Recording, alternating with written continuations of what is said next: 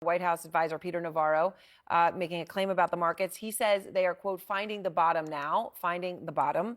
It comes, of course, as the trade war has taken its biggest toll, perhaps, on some of, well, definitely on some of the biggest companies in America and on one of the most successful ones.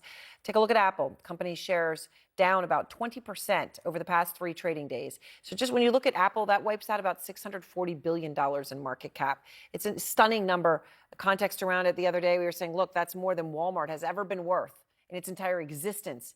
It's the largest non-governmental employer in the United States, Walmart, and Apple has lost that value in a few days. Veteran tech analyst Dan Ives is here with me now. He says Apple right now is in the eye of the tariff storm, a Category 5 hurricane. Trump's tariffs likely to triple the price of an iPhone, according to his analysis, as Commerce Secretary Howard Lutnick claims that this will all benefit American workers who will make those iPhones. The armies of millions of people.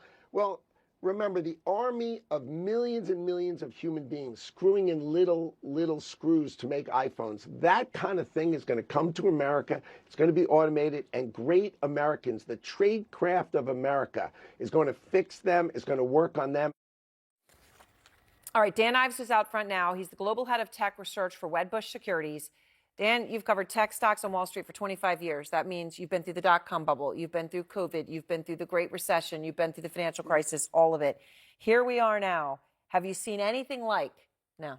No, because it's self-inflicted. And in my opinion, it's an economic Armageddon, but especially for the tech industry. I mean, this would take the U.S. tech industry back a decade if these tariffs actually come through. And the reality is that it's all the hearts and lungs of the supply chain is in Asia. And that's why it's U.S. tech that's So when Howard Lutnick says, as he said there to Margaret Brennan, the little screws to make iPhones, that kind of thing is going to come to America. It's going to be automated, and great Americans, the tradecraft of America, is going to fix them, is going to work on them. That would be like me watching an NBA game being like, oh, it's easy to score a basket. The reality is it's the most complex supply chain in the world. And the way that they have 1.5 billion iPhones and they're able to make them at $1,000 is because of the supply chain that's really been built over the last decade. You build that in the US with a fab in West Virginia, New Jersey, there'll be $3,500 iPhones. $3,500 iPhones. And look, that is the true reality of saying it and doing it. So let's lay this out. If you look at iPhone 16, iPhone 16 Pro Max, the prices you're paying now for the iPhone 16, $799. You know, what happens here to these things? Well, first off, it would take Apple $30 billion in 3 years to move just 10% of the supply chain to the U.S. $30 billion, 3 years to move 10% of the supply chain. To move 10% of the supply chain. Leaving 90% over there. Leaving 90% over there. And for someone like myself that's traveled throughout Asia for decades, the reality of it, it's a fictional tale. And that's why I think you see what's happened to the stock, because no company is more caught up in this tariff, front and center in this Category 5 storm, than Cupertino and Apple, and that's the shame of it. I mean, you look at you talk about traveling through Asia, and maybe this brings it home. We actually looked at a map to say, where does Apple make iPhones? You know, where in Asia? I mean, there are hundreds of manufacturing sites in China. We'll throw the map up. Hundreds of them. I mean, it is really stunning. I mean, we're just putting some of them there. Hundreds. I mean, this is actually about much more, as you point out, than cheap labor. I mean, this is massive infrastructure were you to transport it here. But that's almost an impossibility, and that's why the stock is so. Because at the end of the day, the stocks they're not political. They know math and the reality.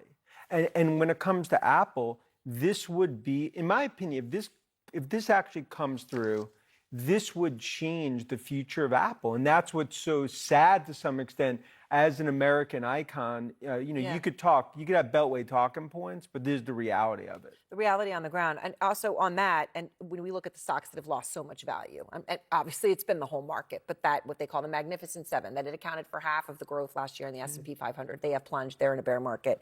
On that list, Tesla.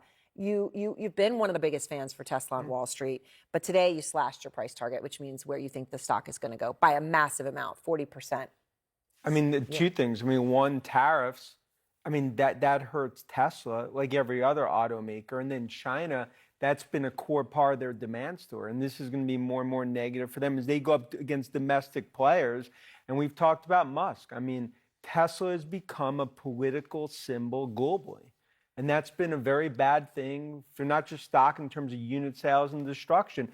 And we believe clock struck midnight for Musk. He basically is going to need to make the choice here. He cannot do this. And I think you've seen it in the stock in terms of reflected. Well, maybe that's part of the reason he's been so aggressive on Peter Navarro in the past 24 hours. Before many of President Trump's tariffs take effect, we know that some of the things that will likely cost you more at the grocery store now. So you might want to grab a pen and your shopping list as we go through the CNN's Vanessa Yurkevich is at a grocery store in New York to walk us through. Vanessa, how wide of an impact will Americans likely see?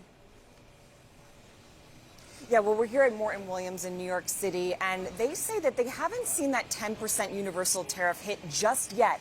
But when it does, it's going to hit perishable items, fruits and vegetables. For example, these bananas come from Costa Rica. These right over here come from Ecuador. These countries are now hit with a 10% tariff. I want to take you over to the seafood section really quickly, because this is where some of these higher tariffs, these higher reciprocal tariffs, are going to go into effect on Wednesday and hit seafood products. Let's look at the shrimp over here.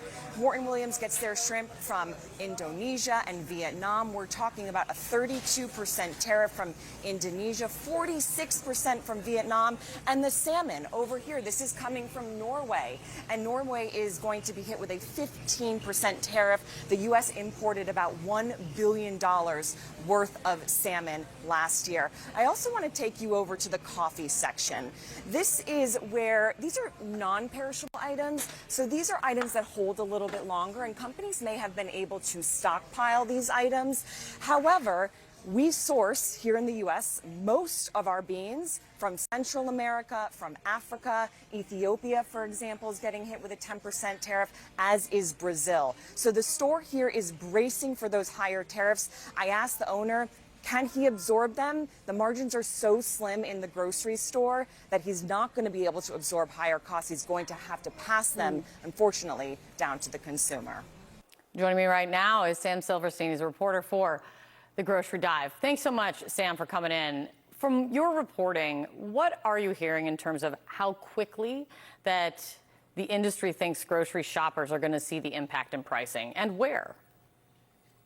I think it depends on the item. Certain items like produce are likely to see price increases more quickly than things like canned goods that last longer. But I will say it's very difficult to say which items might go up in price and even when that might happen.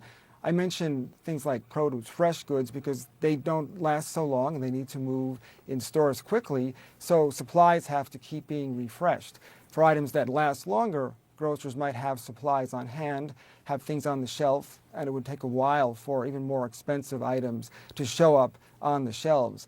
But I did want to note that for grocers, this is a really important time. They've already been through this messaging issue with consumers about what groceries cost, and of course that's because of the inflation that came out of the pandemic. And what I think we saw in a lot of grocery stores was an effort to show consumers that even if prices are going up, that grocers want to try to do what they can to help people stretch their budgets. And I would imagine that with the tariffs now threatening to raise prices, that you'll see grocery companies looking to show that they are on the side of the consumer and to demonstrate that they will do what they can to keep prices down. That's not to say that prices won't go up, but I do think grocery companies are going to have an incentive to do what they can to moderate those increases. That's actually what I was going to ask you, because I was looking at statements from places like the National Grocers Association and how they're saying they hope this is resolved quickly to minimize the impacts on Americans and more. What are you hearing from grocers, from store owners, on what those options are in terms of trying to mitigate the hit that they're going to take and the consumer will take? So I think one thing that grocers are trying to do is to find ways where they can absorb prices. And one way they might be able to do this is through private label goods. They've already been working hard on expanding their selection of private label items, and we've seen grocery companies work to promote those brands their own brands and to show them not just to be ways to save money, but actually to get high quality goods. So companies like Costco, for example, with Kirkland Signature, they've built that brand into a whole lot more than just, a way to save money. But I think what we will see is that grocers are going to use this opportunity, as I said, to find ways to help people save money. So on staple goods, basic things, people are very sensitive to those prices. They know what they cost. They travel to probably multiple grocery stores, even in 1 week. And so people will notice if prices go up there. Grocers are cognizant of this. And that's an area where they can help to keep prices lower, if only because the competition is important there. I think that you will see grocers then look to higher margin goods as areas where they might be able to raise prices a bit if they need to compensate for the need to try to insulate consumers from price increases on items that they need more, the essential goods.